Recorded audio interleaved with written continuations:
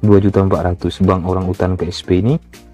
Jumlah pinjaman 2.400.000, jumlah yang harus dilunasi 7 juta ya.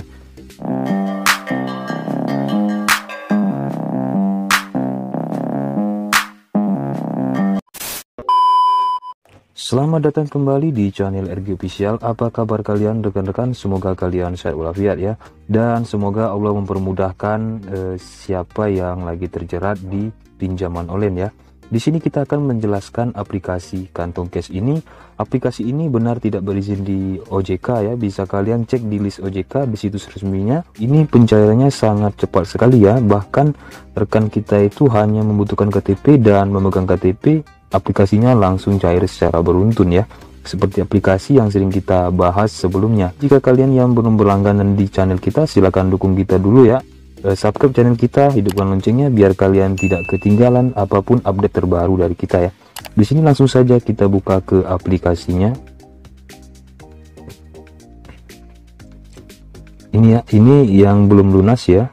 Tuh 2 3 4 5 6 7 8 9. Oh, ada 9 aplikasi. Di sini rata-rata pencairannya 1.200.000. Ini satu kali saja ya isi data di salah satu aplikasi di dalamnya ini, yang lainnya ikutan cair juga. Jadi rekan-rekan, jika kalian yang mengajukan di aplikasinya, misalnya kalian menjumpai aplikasi, satu aplikasi di dalamnya banyak benar aplikasi di dalamnya, itu kalian tetap waspada. Karena banyak sekali ya aplikasi yang sejenis ini. Buat kalian yang ingin bermain-main bersama pinjol ya, ini cocok sekali ini buat kalian. Tapi ya usahakan kontaknya itu ya diatur dulu ke kontak fake ya. Yang jelas yang cuma real itu KTP kalian dan kalian memegang KTP. Jadi yang untuk yang lainnya itu bisa kalian gunakan data fake. Dan ada rekan-rekan yang bertanya kenapa terus auto ya. Karena memang di saat kalian pernah mengajukan di pinjaman online, itu email kalian sudah disadap oleh di sistemnya di sana. Jadi email handphone kalian itu sudah terkait di sistem pinjol itu. Jadi jika misalnya kalian nggak disetujui, coba kalian ganti dengan HP yang lain. Setelah itu kalian download aplikasinya. Jika kalian yang gagal mengajukan, itu kan biasanya ada dikasih waktu ya untuk kalian mengajukan lagi. Saran kita, kalian nggak usah dulu hapus aplikasinya, biar dulu menetap di HP kalian, biarkan dulu. Misalnya gagal ya, biarkan dulu, nanti kalian akan dikasih tempo untuk mengajukan kembali. Itu biasanya bisa di ACC itu biasanya. Jadi ketika kalian hapus, nanti kalian mengajukan ulang, menurut ulang aplikasinya, itu yang kita temukan itu sebenarnya ya sering-sering ditolak seperti itu. Makanya biarin dulu aplikasinya berada di aplikasi kalian, biar nanti kedetek di sistemnya di sana bahwa kalian sudah menggunakan aplikasi tersebut cukup lama di email handphone kalian. Jadi di sini rekan kita ini rata-rata 1.200.000 ini. Ini kalian mengasih data real kalian itu sangat berbahaya. Nanti datanya takutnya disalahgunakan ke pinjol yang lain. Itu sebenarnya kita juga sering ketemu seperti itu. Ada beberapa rekan yang tidak mengajukan, yang tidak jadi, tapi dia ditagih. Itu yang lebih parahnya lagi pinjol yang seperti ini. Ini rata-rata 1.200.000 semua. Ini yang besar ya, 2.400.000 Bank Orang Utan KSP ini. Jumlah pinjaman 2.400.000, jumlah yang harus dilunasi 7 juta ya. Yang seperti ini ya 4 juta. Ini yang besar juga, pinjaman hit ini. Jadi ini udah jelas ilegal. Jadi kalian nggak perlu bertanya sama kita, ini udah jelas ilegal. Jika bunga yang seperti ini sudah jelas ilegal dia, apalagi yang nggak ada di Play Store. Karena aplikasi ilegal itu tidak diizini oleh Kemenkominfo untuk berada di Play Store.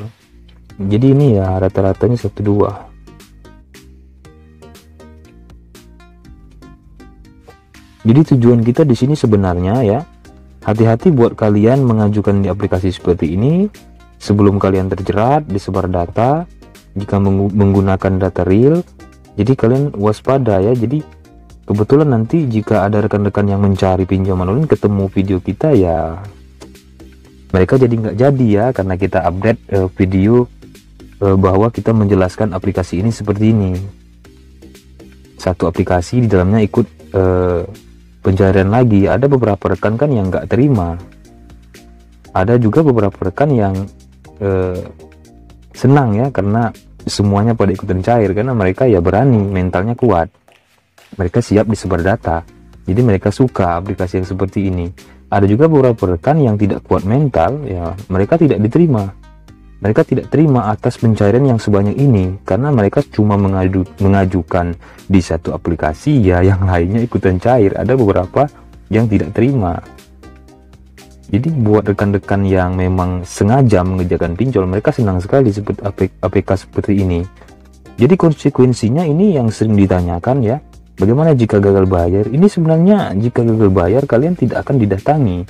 Sudah berapa kali kita jelaskan, yang namanya pinjol yang tidak berizin OJK ya, mereka sudah menantang OJK, mereka tidak berizin, itu sama dengan mereka tidak ada kelegalitasannya. Jadi kalian nggak perlu takut. Jika mereka datang ke rumah, itu sama saja menyerahkan diri mereka.